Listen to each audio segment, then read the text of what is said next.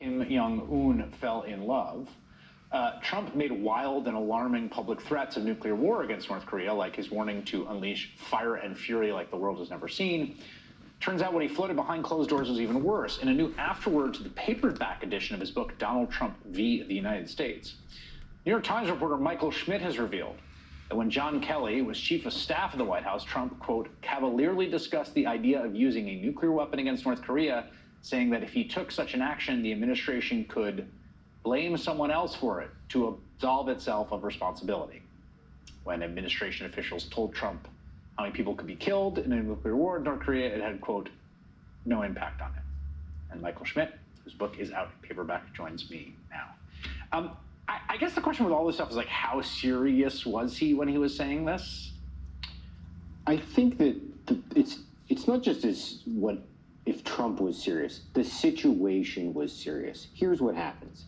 John Kelly comes in July of 2017. He thinks Donald Trump needs process around him. He needs to be better staffed. He knows the first 6 months have been chaotic. We just got to bring some order to this place and get this guy on track.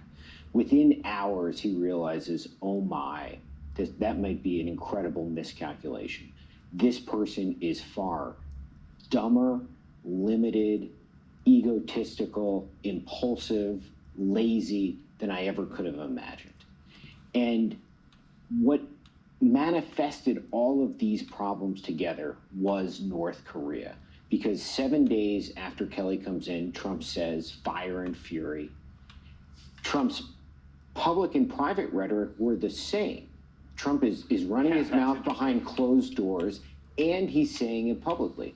So if the North Koreans have any insight into what he's saying privately, then they know that the public statements are true.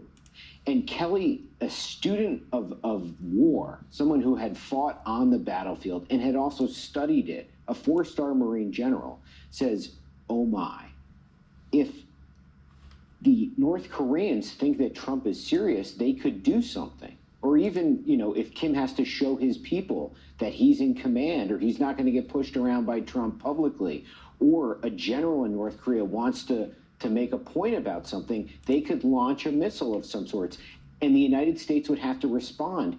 And down that path is a quickly spiraling conflict in which thousands, if not hundreds of thousands, if not millions of people could die instantaneously. And Kelly doesn't trust Trump. He thinks that Trump is someone who is bound by nothing, and is pushing the country to the brink of war because of his language. People forget this part because the love affair was so intense and so public afterwards. And I think that's basically the terms Trump has used. He says he loves Kim Jong-un. But back in January 2018, North Korean leader Kim Jong-un just stated the nuclear button is on his desk at all times.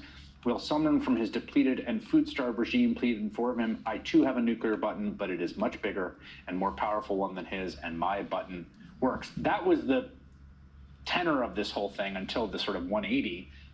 On the Kelly thing, what you describe is something that has happened, I really think countless times, which is someone who is broadly sympathetic to Trump's politics or the Republican Party or MAGAism, views Trump from afar and says he's not what the liberal stereotype of him is, and then gets close and gets brought inside and is like, oh, this is worse than the worst caricature. Like, it's not just Kelly who had that experience. No, look, I think what Kelly was someone who I'm convinced if Hillary Clinton had called John Kelly if she won the election, he would have gone to work for her. He had been a general that reported up directly into the Obama administration as the head of Southcom. He was someone who basically, as far as I can tell, took the service to the country as seriously as possible and was not a partisan. He looked at Trump as someone who he thought would be tough on the border, an issue that he thought was important. And I think Kelly thought that Trump would come into office and would be sort of taken by the seriousness of it and by the institutions of Washington, and that those would keep him on track. And that a lot of Trump's rhetoric on the campaign trail was more theatrics. Could someone really believe that? Would someone, And so when Trump comes in and Kelly has the opportunity, he says, okay, like, I'll go ahead with this. And if there's a miscalculation by Kelly, it's about who Trump is. Because I learned a significant one. I learned in the book what Kelly says to people is, I didn't know they created people like that. And what Kelly could have done in July of 2017 is he could have quit.